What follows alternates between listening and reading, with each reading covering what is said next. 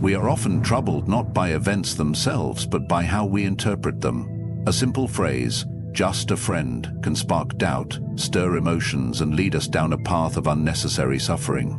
But why? Is it because we seek certainty in an uncertain world? Is it because we wish to control what is beyond us? Or is it because we allow emotions to govern reason? Perception is the lens through which we view the world, but that lens is often distorted by emotion, assumption, and desire. We hear words, we see actions, and immediately we begin to craft a narrative. She calls him just a friend, but is he? The mind seizes on this question and fills in the blanks, often not with truth, but with fear, insecurity, or expectation. But a Stoic does not allow perception to dictate reality. Instead, he seeks to discipline the mind so that it perceives only what is, and not what emotions project onto it. Consider this. When you look at the sky and see dark clouds gathering, do you assume the worst storm in history is coming? No, you simply acknowledge that clouds have formed. You do not panic, you do not despair, you prepare, or you observe, and you let nature take its course. Yet in life, when faced with uncertainty in human relationships, we often abandon reason and allow our perceptions, warped by our own desires, to dictate our emotions. We do not simply see what is happening, we create a story around it, and that story, if left unchecked, can control us. Words are powerful, but only if we allow them to be. When someone says, "just a friend," what do those words truly mean? They are, at their core, nothing more than vibrations in the air, sounds formed by another person's breath. Yet we take them, attach meaning, and let them shape our reality. The question we must ask ourselves is this: are we seeing things as they truly are, or as we wish them to be? Are we interpreting words and actions objectively, or are we filtering them through the lens of insecurity and expectation? The human mind is prone to error, and one of its greatest errors is assuming that perception equals truth.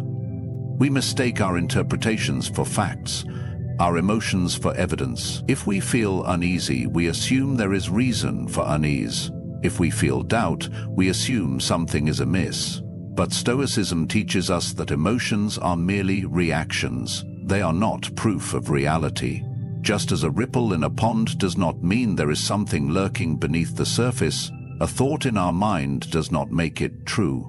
To free ourselves from unnecessary suffering, we must separate perception from reality. This means questioning our own assumptions. If a person says one thing, why do we assume they mean another? If they act in a certain way, why do we insist on assigning hidden motives? A disciplined mind does not create unnecessary stories. It observes, it understands, and it lets go of what is beyond control. Imagine watching two people converse. You do not know their history, their emotions, or their intention. To you, they are simply speaking. Yet if you were emotionally invested in one of them, suddenly, the same scene takes on meaning. You begin to dissect every word, every glance, every pause. You look for signs, for proof of something unspoken. But this is not clarity, it is illusion. And illusion is the source of unnecessary pain.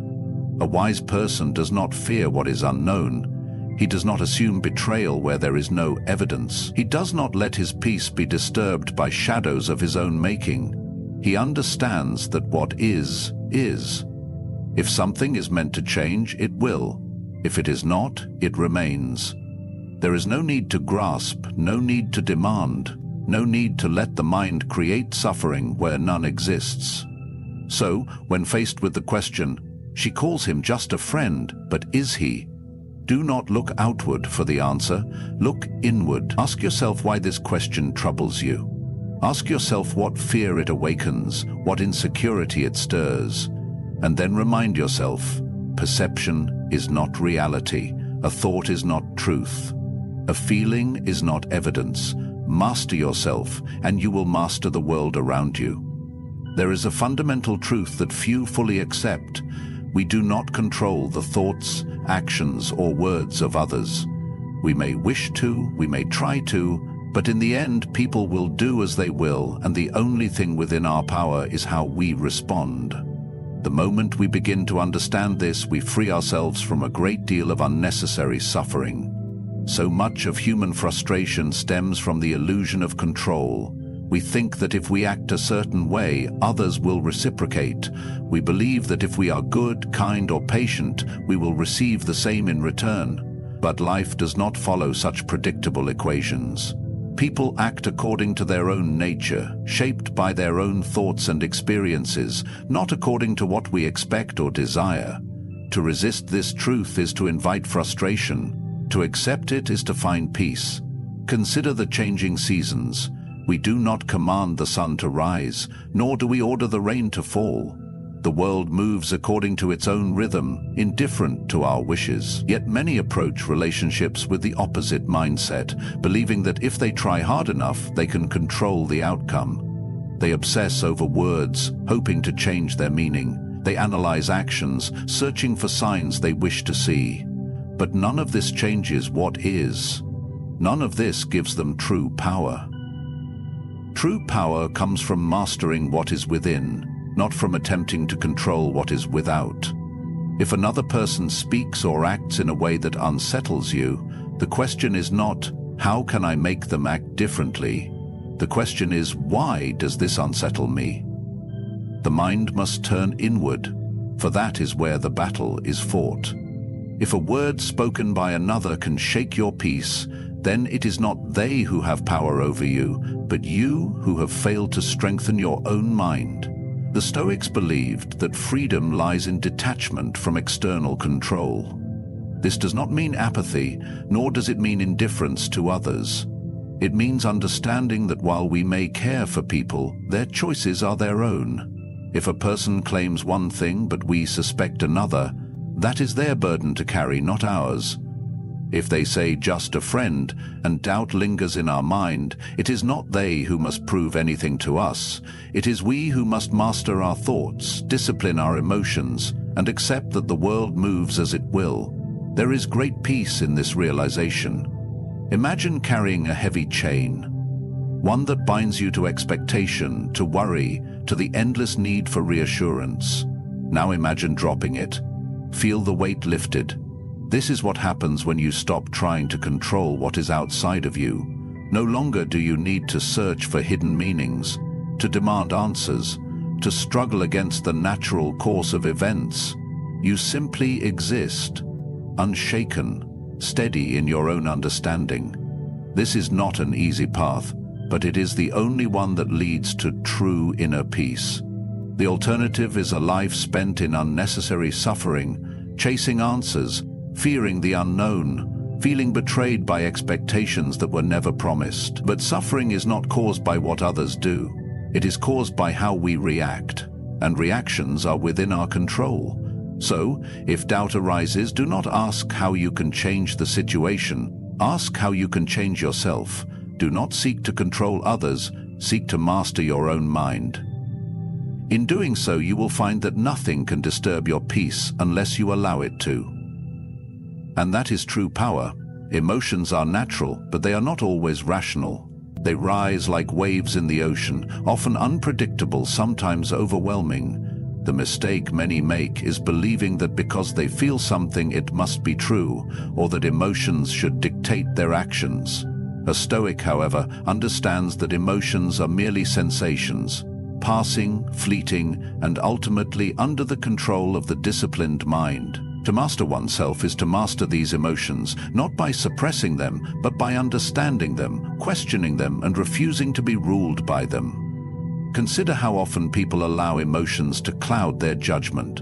A word, a glance, an unanswered question, these small things can stir great storms in the untrained mind.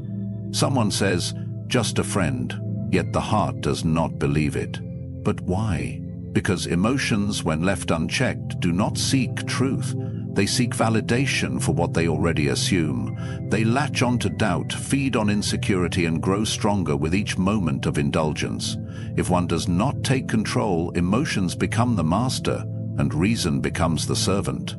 There is a way to break free from this cycle. The first step is awareness.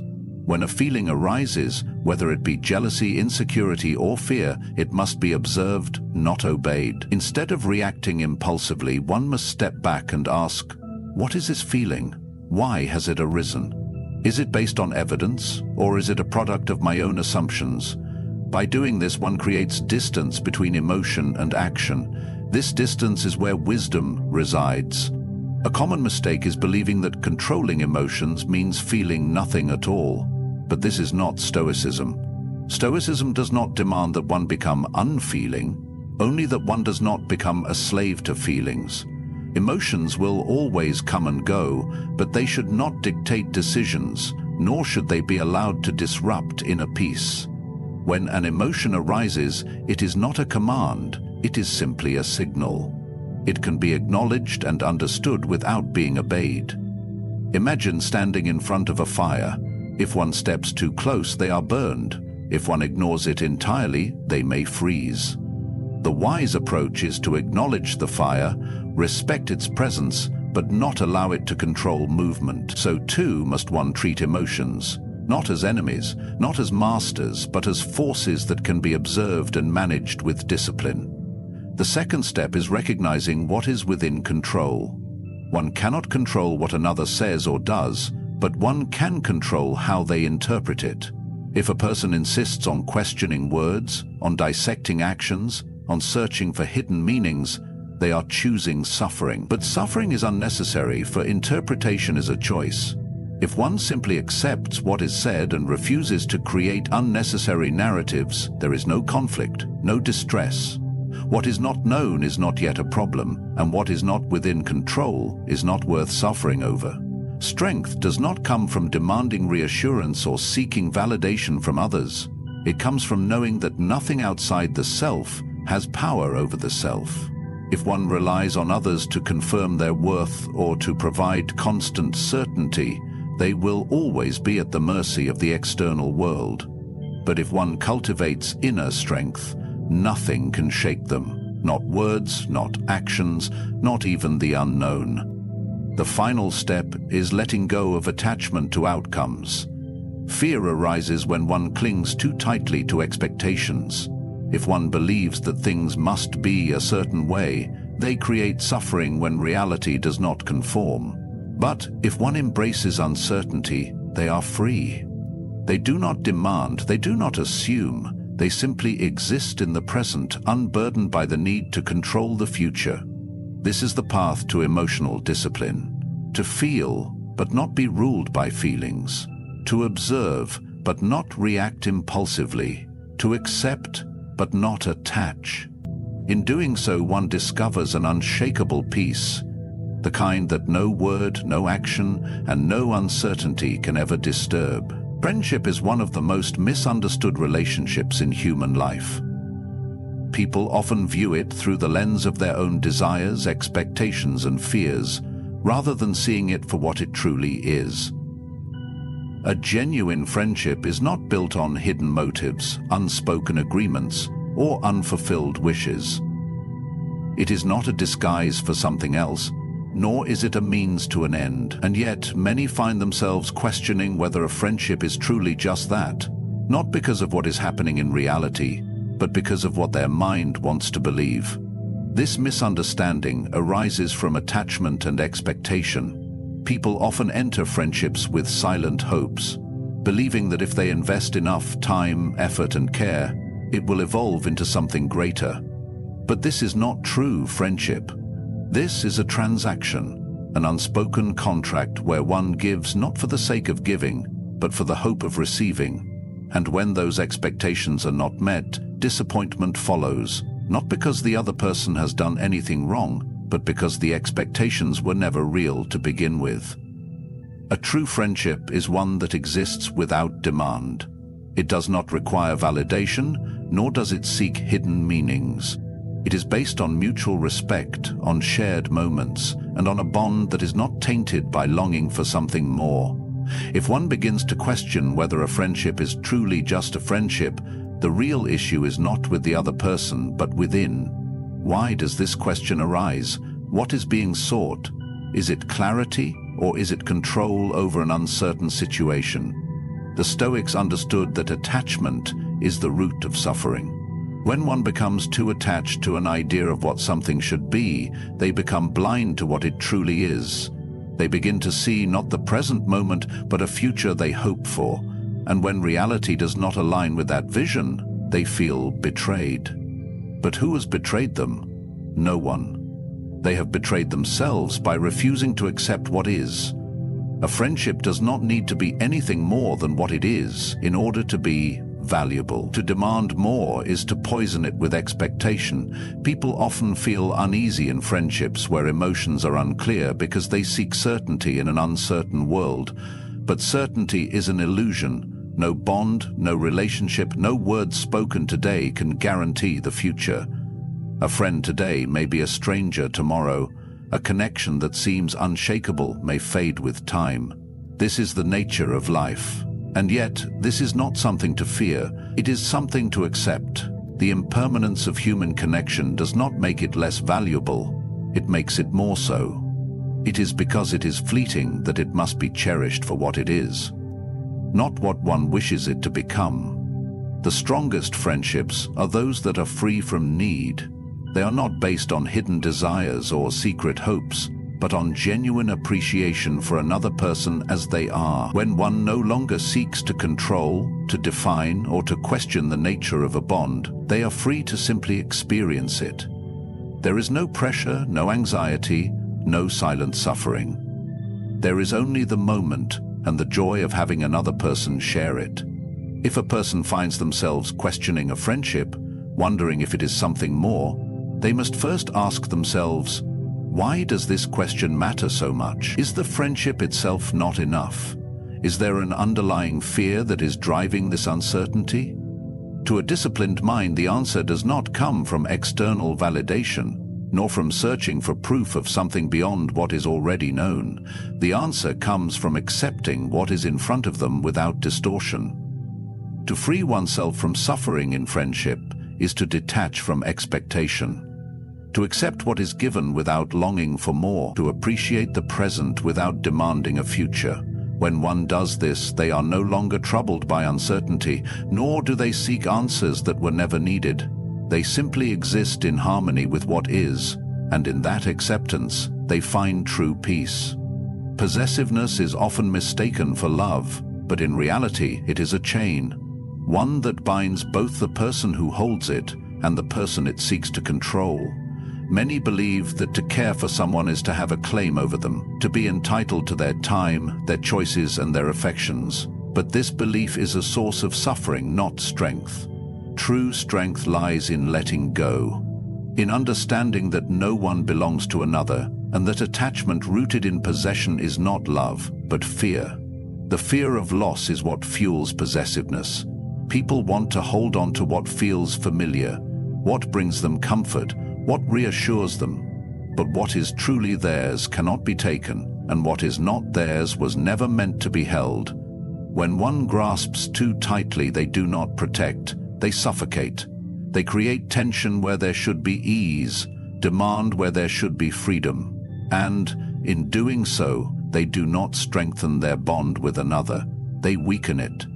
There is an illusion in the mind that says, if I do not hold on to this person, they may drift away. But the truth is, if someone can be lost, they were never meant to stay. If a connection is genuine, it does not need to be clutched. It remains because it is valued, not because it is forced. The ocean does not chase the waves, nor does the tree beg the wind to stay. Nature moves as it will, and the wise person understands that people, too, will go where they choose. To accept this is not to be indifferent, it is to be at peace. Jealousy, insecurity, and fear of losing someone often come from a misunderstanding of what relationships truly are. A relationship is not a contract of ownership. It is a choice made in each moment by both people involved. The moment it becomes something one party feels obligated to maintain, rather than something they willingly nurture, it loses its essence. Freedom is at the heart of all meaningful connections. Without it, there is only obligation, and obligation breeds resentment. To overcome possessiveness, one must first recognize that it is not the other person who must change, it is oneself. If the mind is constantly worried about what another is doing, if it seeks control over their actions, if it fears their choices, then the problem does not lie with them, it lies within. The mind must be disciplined to accept what is and release the need to control. When one does this, they do not become weak or passive, they become powerful, but they are no longer at the mercy of fear, no longer troubled by uncertainty, no longer in a state of suffering over things they cannot control. The greatest relationships are those that exist without chains.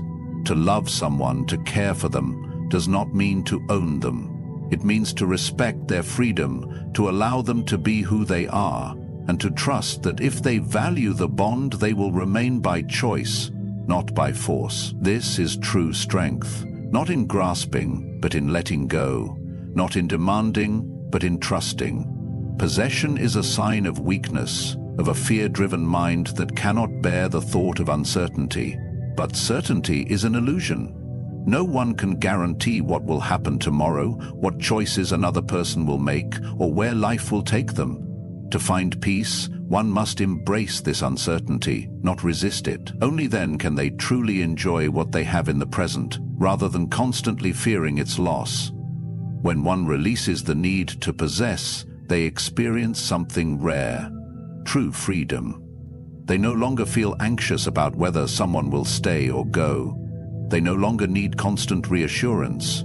They are at peace with whatever may come, knowing that their worth is not determined by another's presence, nor their happiness dependent on another's choices. This is where true power lies, not in trying to hold on to others, but in mastering oneself. Expectations are the root of much suffering. People build them in their minds, crafting scenarios of how things should be, how others should act, and what they deserve in return for their efforts. Yet reality is indifferent to these expectations. The world moves as it will, people make their own choices, and no amount of hoping or wishing can force life to conform to an imagined script. A person who clings too tightly to expectations will find themselves disappointed time and time again, not because the world has betrayed them, but because they have betrayed themselves by believing that things were ever under their control. The desire for certainty is what gives birth to expectations. The mind craves stability, clear answers, and predictable outcomes. But life does not offer such assurances. No relationship, no friendship, no human bond comes with a guarantee. People change, feelings shift, circumstances evolve. When one expects something to remain exactly as they desire, they set themselves up for suffering the moment reality does not align with their hopes. Instead of finding peace in what is, they focus on what they think should be, and in doing so, they create unnecessary turmoil. The mind must be trained to release these expectations. This does not mean one should not hope for good things or strive for meaningful connections. It simply means that one must not attach their peace of mind to a specific outcome. If a person says, "just a friend," then that is what they are. Any expectation beyond those words is a creation of the mind, a projection of desire, rather than an acceptance of truth. And if reality later proves otherwise, then one will face it when it comes. But to suffer over something uncertain, something unconfirmed, is to allow oneself to be ruled by illusion. The Stoics understood that disappointment comes not from what happens, but from how we perceive what happens. If one expects something and it does not occur, they feel hurt, let down, even betrayed. But if one expects nothing and instead accepts what is given freely, they remain at peace. This is not a pessimistic view, nor is it a passive one. It is a mindset of strength, of inner resilience. It means understanding that nothing is owed, that people will do as they will, and that true contentment comes not from getting what one wants, but from being unshaken by what one does not receive. When a person releases expectations, they begin to see things clearly. No longer are they blinded by what they wish to be true. They see people as they are, relationships as they exist in the present, and words as they are spoken, rather than as they wish them to mean. This clarity is liberating. It removes the weight of uncertainty, the constant questioning, the silent suffering of waiting for something that may never come. Instead of living in a state of hope and doubt, they live in a state of acceptance. Some may fear that letting go of expectations means settling for less, but this is not so. It simply means refusing to suffer over what is outside of one's control. It means understanding that people will act according to their own nature, and that forcing them to fit into a role they did not choose is both unfair and futile. It means finding joy in the present rather than longing for a future that may never arrive. The strongest person is not the one who demands the most from others, but the one who needs the least. They do not rely on external validation, nor do they require constant reassurance. They walk through life with the knowledge that they can handle whatever comes, because they have freed themselves from attachment to any single outcome. This is true freedom. To expect nothing, but to appreciate everything. To demand nothing, but to accept whatever is given. To love not with possession, but with presence. When one reaches this state, they no longer ask, "What does this mean?"